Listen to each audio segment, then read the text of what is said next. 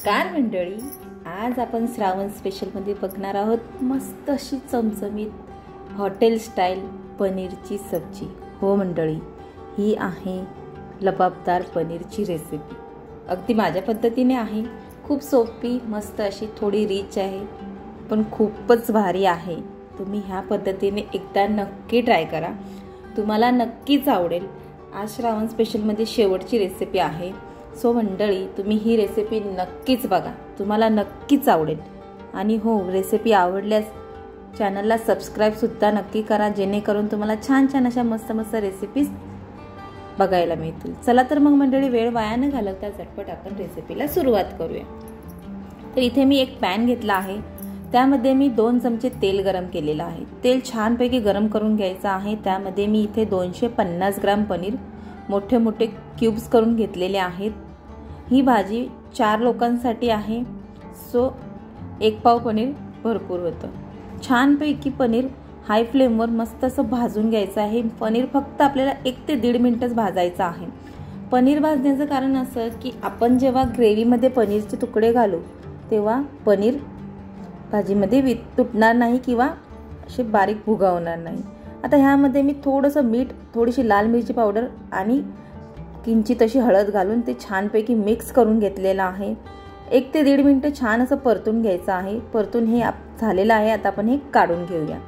आता पुन्हा त्याच पॅनमध्ये आपण पुन्हा 3 ते 4 चमचे तेल गरम करायचं आहे। त्यामध्ये 10 ते 15 लसणाच्या पाकळ्या, 1 इंच आलं आणि 2 मोठे कांदे असे लांब कट करून घ्यायचे आहेत। कांदा छानपैकी गुलाबी रंगाचा होईपर्यंत आपण परतून घ्यायचा आहे। अवघे 3 ते 4 मिनिटात कांदा सुद्धा परतून होईल। हे पहा मंडळी, अशा पद्धतीचा। आता आपण ह्यामध्ये 2 सुक्या लाल मिरच्या घालायच्या आहे। काश्मीरी लाल मिरची आहे, हीच घालायची आहे, दुसरी घालायची नाही।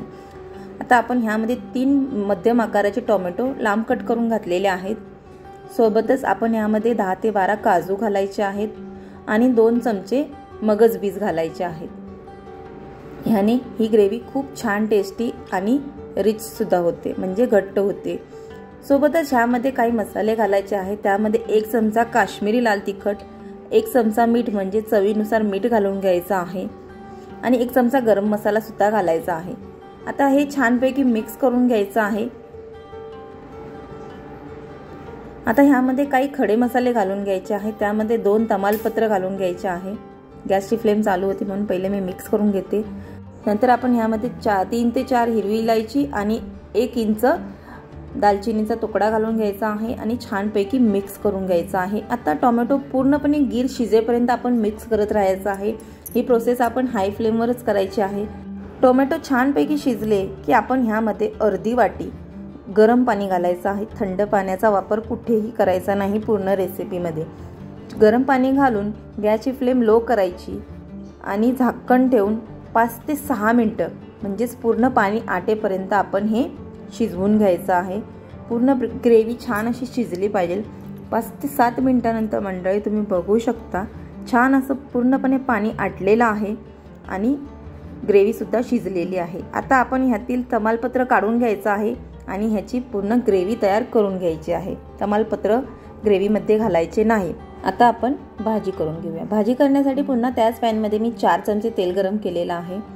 सोबतच 1 चमचा जिरं घालायचं आहे आणि 2 मोठे कांदे बारीक चिरून घालायचे आहेत।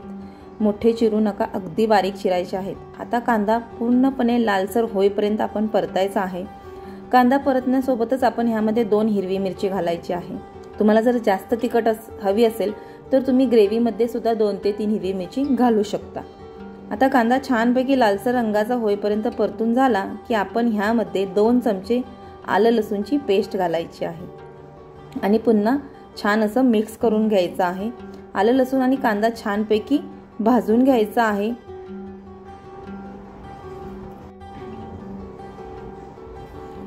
आलं लसूण आणि कांदा छानपैकी भाजून झाला की यामध्ये किंचित असं मीठ घालून घ्यायचं आहे। पुन्हा एकदा 1 चमचा लाल तिखट म्हणजेच काश्मीरी लाल तिखट, पाव चमचा हळद, 1 चमचा धनेपूड घालायची आहे आणि पुन्हा एकदा 1 चमचा गरम मसाला घालायचा आहे। आता हे मसाले छानपैकी 1 मिनिटभर तेलामध्ये परतून घ्यायचे आहेत। छान असं तेल सुटेपर्यंत, तेही मंद आचेवर। गॅसची फ्लेम हाय ठेवू नका, नाहीतर मसाले जळतील। मसाले परतून झाले की यामध्ये पुन्हा आपण 2 टोमॅटो बारीक चिरून घालायचे आहेत आणि टोमॅटो पूर्णपणे शिजेपर्यंत आपल्याला हे मिश्रण मिक्स करायचं आहे। आता ही प्रोसेस तुम्ही मीडियम फ्लेमवर करू शकता। टोमॅटो पूर्ण गीर झाला पाहिजे इतपत ते शिजवायचे आहे। आपण ग्रेव्हीमध्ये टोमॅटो जास्त घातले आहेत, त्यासाठी टेस्ट आंबट होईल। थोडीशी टेस्ट कंट्रोल करण्यासाठी आपण इथे अर्धा चमचा साखर घालायची आहे, जेणेकरून भाजी आंबट लागणार नाही। किंचित असं गरम पाणी घालायचं आणि हे टोमॅटो आणि मसाले छान असे शिजवून घ्यायचे आहेत। पुन्हा आपण यावर झाकण ठेवून हे टोमॅटोचे ग्रेव्ही आपण शिजवून घ्यायची आहे। अगदी 3 ते 4 मिनिटात हे शिजून होईल। तुम्ही बघू शकता छान असं तेल सुटलेलं आहे आणि टोमॅटो सुद्धा शिजलेला आहे। आता हे मिक्स करून घ्यायचं आहे आणि आपण जी तयार केलेली ग्रेव्ही होती ती ह्यामध्ये घालून घ्यायची आहे। तुम्ही बघू शकता किती छान अशी मस्त ग्रेव्ही तयार झालेली आहे आणि रंगही सुरेख आलेला आहे। आता ग्रेव्ही आणि कांदा टोमॅटो मिक्स करून घ्यायचे आहे। छान असं मिक्स करायचं आहे। 3 ते 4 मिनिटं सतत मिक्स करत राहायचं आहे, हे अशा पद्धतीने। आता ग्रेव्ही जर तुम्हाला दाटसर वाटत असेल तर तुम्ही ह्यामध्ये थोडंसं गरम पाणी घालून घ्यायचं आहे। जास्त पातळ ही ग्रेव्ही करायची नाही, नाहीतर भाजी चांगली लागणार नाही। आता गॅसची फ्लेम लो करून झाकण ठेवून ही ग्रेव्ही 6 ते 7 मिनिटं आपल्याला शिजवायची आहे। अधूनमधून तिला मिक्स करत राहायचं आहे। आता यामध्ये मी 1 शिमला मिरची बारीक चिरून घातलेली आहे, ऑप्शनल आहे, नाही घातली तरी सुद्धा काही हरकत नाही, पण खूप छान अशी लागते।